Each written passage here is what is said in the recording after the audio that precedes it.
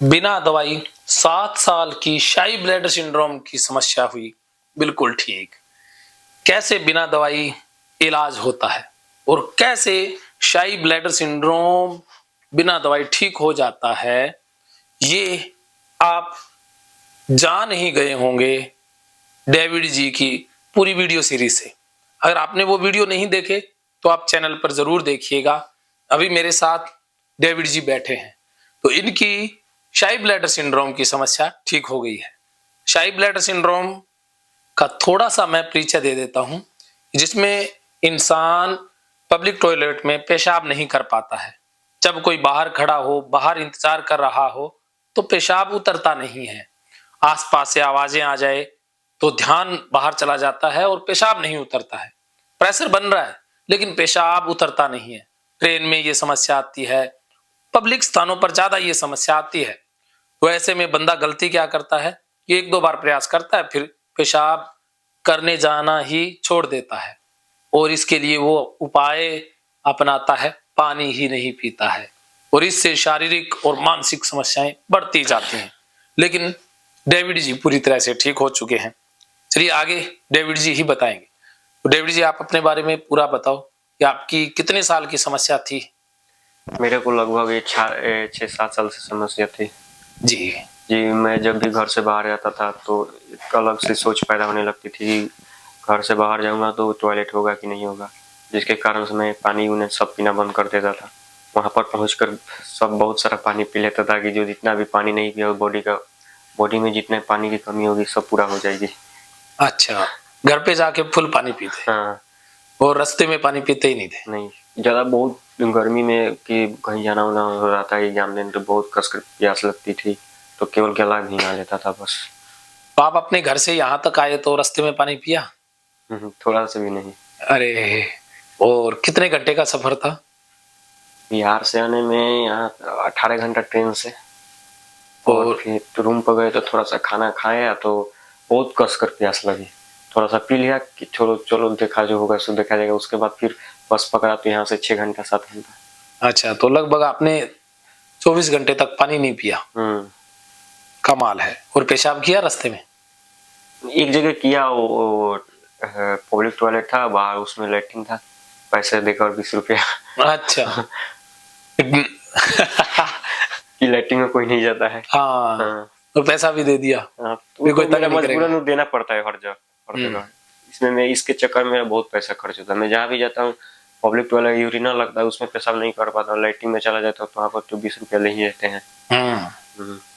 बिल्कुल, देखो तरीके भी ऐसे ऐसे अपनाने पड़ते हैं।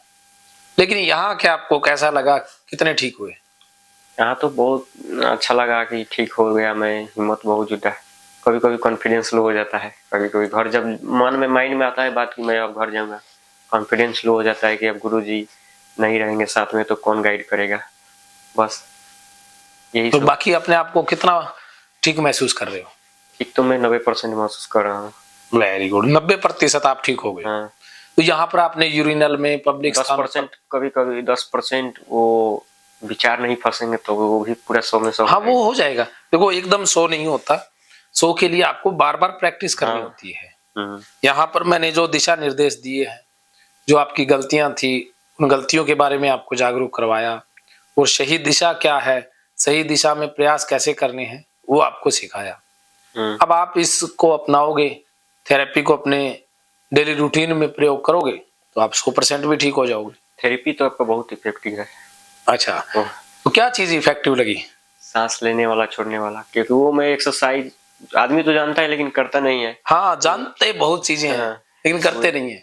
वो अनुलोम विलोम ये सब एक्सरसाइज हम जानते थे, सांस लेना छोड़ना, लेकिन आपने बताया कि इससे धड़कन तेज नहीं होता, तो मैंने किया। बाहर में वो आपके साथ जाते जाते ही टॉयलेट हो गया। हाँ, होना ही था ना। बिल्कुल, यही इंसान की विडंबना रहती है कि उसे पता सब कुछ है लेकिन करता नहीं है। और मैं यहाँ पर वही करवाता हूँ जो उसको भी पता होता है। तो मेरा काम सुपरविजन में करवाना है, बताना नहीं है। बता तो थोड़ा बहुत देता हूँ कई बार, लेकिन वो चीजें लगभग पता ही होती हैं। तो बहुत अच्छा इफेक्टिव है सांस लेना छोड़ना। अगर हम 5-10 मिनट पहले से वो सांस लेना छोड़ा कर देंगे तो भी कितना भी लगता है वो टॉयलेट हो जाएगी। हाँ। क्योंकि वो धड़कन एकदम नॉर्मल की तरह हो जाती है उससे। बिल्कुल। तो यहाँ पर और क्या क्या चीजें आपको बेस्ट लगी? बेस्ट ही गाली थेरेपी, अरे वाह। कि वो सब देने से माइंड, विचार फंसता नहीं है। हाँ। वो सब देने से आराम से आदमी को माइंड क्लियर रहता है कि मेरे को टॉयलेट करना ही है, करना ही है, इधर उधर ध्यान भटकता नहीं। Very good.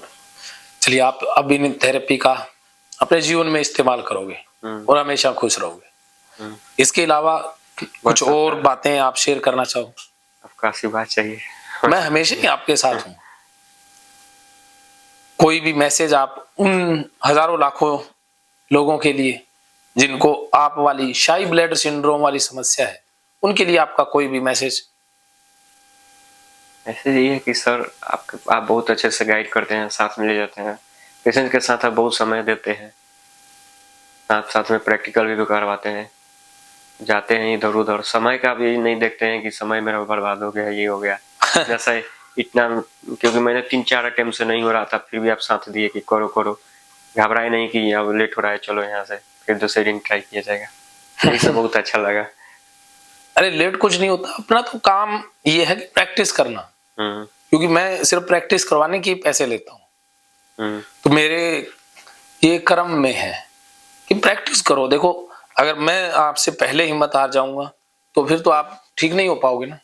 तो ये काउंसलर की खूबी होनी चाहिए कि वो भी लगातार अनंत प्रयासों तक धैर्य बना पाए। तो मेरा धैर्य तो अनंत है, तो मैं तो मन को जानता हूँ। इतना गाइड नहीं करते कि चलो कोई बात नहीं, आपकी बार नहीं हुआ तो अगले बार हो जाएगा, चलो आपकी बार। आप ऐसा नहीं करते तो मेरा भी मनोबल गिर जाता, हम भी चलो। हाँ। थोड़ा सा भी बोलते छोड़ दो, चलो घर पे चलो, तो हम चले जाते। हाँ, चले जाते ना, फिर आप हमेशा के लिए फंस जाते। हाँ। उससे क्या है कि आपका पूरा जीवन बर्बाद हो जाता है। आप लाइफ टाइम नहीं ठीक हो पाते। मन में डाउट रहता कि गए नहीं ठीक हुआ, फिर अदर डॉक्टर के पास भी जाने का मन नहीं करता और किसी से काउंसलिंग भी नहीं ले पाते। तो काउंसलर बहुत बड़ी हस्ती होता है। अगर काउंसलर ट्रेंड नहीं है या काउंसलर खुद परेशान है तो वो बहुत से जीवन बर्बाद कर देता है। तो इसलिए काउंसलर का चुनाव करते समय सावधानियां बरतनी बहुत जरूरी है, क्योंकि काउंसलर के हाथ में एक बार कमान दे दी और उसने कुछ गड़बड़ कर दी तो फिर पूरी जिंदगी संभलना बहुत मुश्किल होता है। काउंसलर वही बेस्ट होता है जो अनंत तक धैर्य बनाए रखता है, जिसको माइंड की, प्रोग्रामिंग की, डेटा की बारीकी से समझ होती है। अनट्रेंड या जिसके पास सिर्फ डिग्री हो, उससे इलाज लेना खतरे से खाली नहीं है।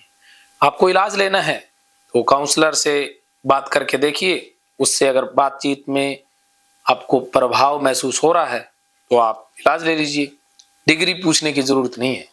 जो काउंसलर अपनी डिग्री बताए या अपना पद बार बार वीडियोस में बताए तो समझ लो भाई रट्टू तोता है, सिर्फ उसके पास किताबी नॉलेज है, किताबें पढ़ी है, उसने डिग्री ली है, जिसके दम पर वो पैसा बनाना चाहता है, इलाज होने वाला है नहीं। तो ये बातें आपने ध्यान में रखनी होती है। चलिए, ये बातें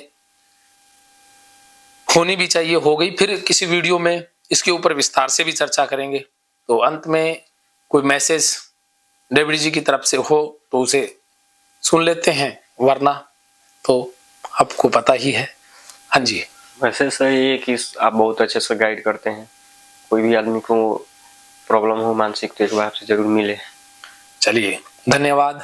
आप भी हमेशा खुश रहें।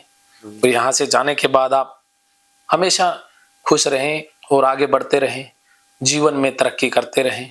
मैं हमेशा आपके साथ हूँ। मानो तो मौज है, वरना समस्या हर रोज है।